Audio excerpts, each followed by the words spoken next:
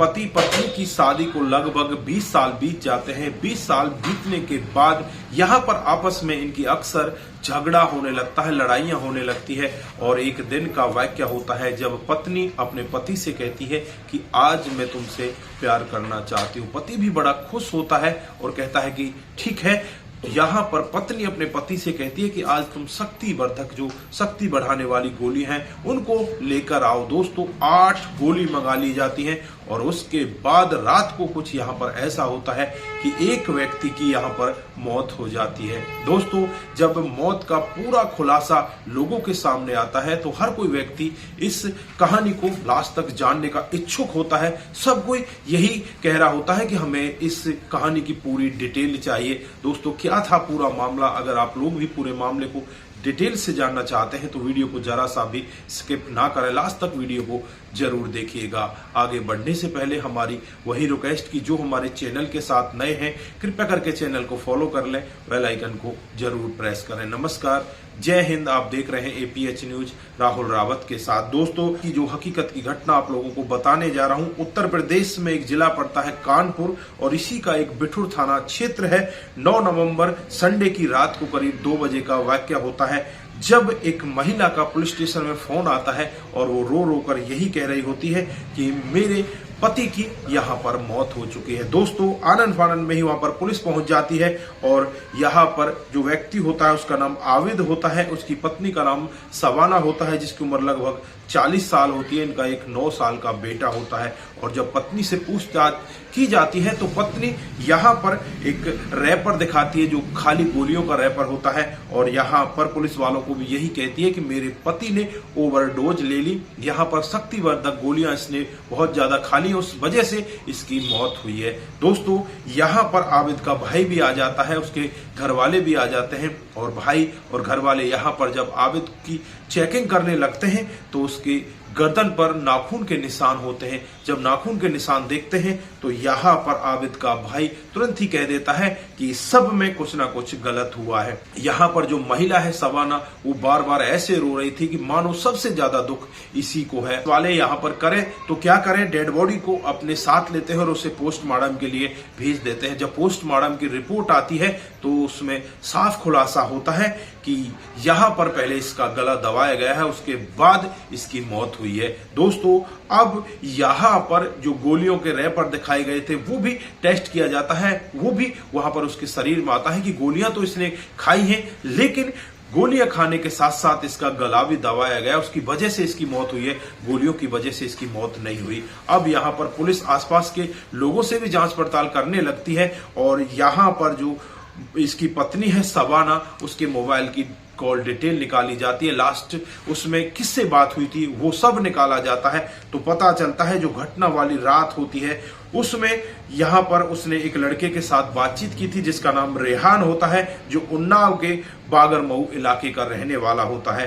दोस्तों रेहान की उम्र मात्र 20 साल होती है और जब यहाँ पर इस महिला को गिरफ्तार किया जाता है, रेहान को भी उठाया जाता है तो यहाँ पर एक ऐसा सत्य देखने को मिलता है जिसे हर कोई देखकर सन्न हो जाता है। सत्य के साथ पूछा जाता है तो सवाना टूट जाती है और एक ऐसा सत्य बताती है जिसे सुनकर हर कोई व्यक्ति दंग हो जाता है। सवाना बताती है कि उसकी शादी आज से 20 साल पहले आबिद के साथ होती है और आबिद के साथ वो बड़ी खुश होती है, लेकिन धीरे धीरे जैसे ही समय बीतता है तो आबिद के साथ उसकी लड़ाइयां होने लगती है। उसकी नजदीकियां एक लड़का होता है जिसका नाम रेहान, 20 साल जिसकी उम्र होती है, फेसबुक के जरिए उससे यहाँ पर उसकी मुलाकात हो जाती है क्योंकि यहाँ पर जो सवाना है उसे फेसबुक चलाना बहुत अच्छा लगता है, सोशल मीडिया पर अपनी पोस्ट डालना बहुत ही अच्छा लगता था। लेकिन यहाँ पर जो उसका पति होता है आबिद, वो उसे साफ मना कर देता है कि तुझे फेसबुक वगैरह में कोई दिलचस्पी नहीं रखनी है, तुझे बस मेरे साथ ही रहना है। लेकिन ये आगे कुछ चाहती थी कि ये अभी भी ऐसा चाहती थी कि मैं जवान बनकर रहूं, क्योंकि 40 साल उम्र होती है और 20 साल का फोटो इसने अपनी डीपी पर लगा रखा होता है जो इसकी जवानी का फोटो होता है। उसी चक्कर में ये लड़का भी इससे प्रभावित होता है और इससे बातचीत करने लगता है और फिर यहाँ पर ये दोनों एक दूसरे के साथ संबंध बनाने लगते हैं। जब इस सब के बारे में आबिद को पता चलता है तो आबिद यहाँ पर बहुत ज्यादा झगड़ा करता है, अपनी पत्नी को मारा पीटा करता। लेकिन लेकिन यहाँ पर जो शबाना है वो बस अपने प्रेमी को ही चाहने लगती है। वो चाहती है कि किसी भी तरह से मुझे अपने प्रेमी के साथ रहना है। दोस्तों फिर यहाँ पर जो प्रेमी होता है उसे पूरा वाक्य बताती है कि इस तरह से आबिद मुझे मारता है, मुझे पीटता है, मैं इससे बहुत ज्यादा दुखी हो गई हूं, मुझसे इससे अलग होना है। दोस्तों यहाँ पर रेहान फिर अपने एक दोस्त विकास से बात करता है जो दिल्ली में रहता है, उससे पूरा मामला बताता है कि इस तरह से एक व्यक्ति को रास्ते से हटाना है। तो वो भी तैयार हो जाता है और इससे 10,000 रुपए मांग लेता है। ये वहां पर उसके पेटीएम में 10,000 रुपए कर देता है और उसके बाद 9 नवंबर संडे की रात को ही ये प्लानिंग करते हैं। प्लानिंग के तहत ही यहाँ पर जो पत्नी होती है अपने पति से कहती है कि आज मैं तेरे साथ खुलकर प्यार करना चाहती हूँ, तो ऐसा कर, शक्तिवर्धक गोलियां लिया और अपने पति के ऊपर दबाव बनाती है और जबरदस्ती उससे गोलियां मंगवा लेती है। और फिर यहाँ पर एक आध गोली तो वो खाता है और लेकिन यहाँ पर जो दूध होता है, दूध में 8 गोलियां मिलाकर उसे खिला दी जाती हैं। दोस्तों वो बेसुध हो जाता है और उसके बाद रेहान और विकास इसके दरवाजे पर आते हैं। दरवाजा खुला होता है और फिर ये तीनों लोग मिलकर इस आबिद को बड़ी ही बेरहमी के साथ इस दुनिया से विदा कर देते हैं और विकास यहाँ से चुपचाप निकल जाते हैं। और यहाँ पर जो शबाना होती है वो अपने देवर को बुलाती है, अपने जो और भी काका ताऊ होते हैं, रिश्तेदार होते हैं, सबको बुलाती है। सबसे यही कहती है कि ये देखो गोलियों का रैपर पड़ा हुआ है और मेरे पति ने ज्यादा शक्तिवर्धक गोलियां खा ली, उस वजह से उसकी मौत हो गई। लेकिन यहाँ पर उसके गले पर जो नाखून का निशान होता है उससे पुलिस वालों को भी शक होता है और फिर बाद में पोस्टमार्टम जब रिपोर्ट आ जाती है तो सारा कुछ मामला खुलासा हो जाता है। दोस्तों फिलहाल के लिए यहाँ पर शबाना को गिरफ्तार कर लिया गया है, रेहान को गिरफ्तार कर लिया गया है। पुलिस दावा करती है कि जल्द ही विकास को भी गिरफ्तार कर लिया जाएगा। दोस्तों आप लोगों ने देखा किस तरह से एक महिला जिसकी उम्र 40 साल होती है और 40 साल की उम्र में भी वो 20 साल के लड़के से प्यार करती है और वो यही चाहती है कि मैं इसके साथ ही रहूं, अपने पति को छोड़ दूं। उसे फेसबुक का बड़ा शौक होता है। यहाँ पर वो फिर इतना बड़ा गलत काम कर जाती है, अपने पति को ही इस दुनिया से विदा करवा देती है। दोस्तों ऐसे ऐसे कांड भी हमारे इस जहां में हो रहे हैं। आप लोग यहाँ पर क्या कहना चाहते हैं, आपकी जो भी राय है एक बार कमेंट बॉक्स में जरूर दीजिएगा। आज के लिए बस इतना ही, फिर मिलते हैं किसी नए मोड के साथ। तब तक के लिए आप अपना ख्याल रखें, परिवार का ख्याल रखें, सतर्क रहें, सावधान रहें।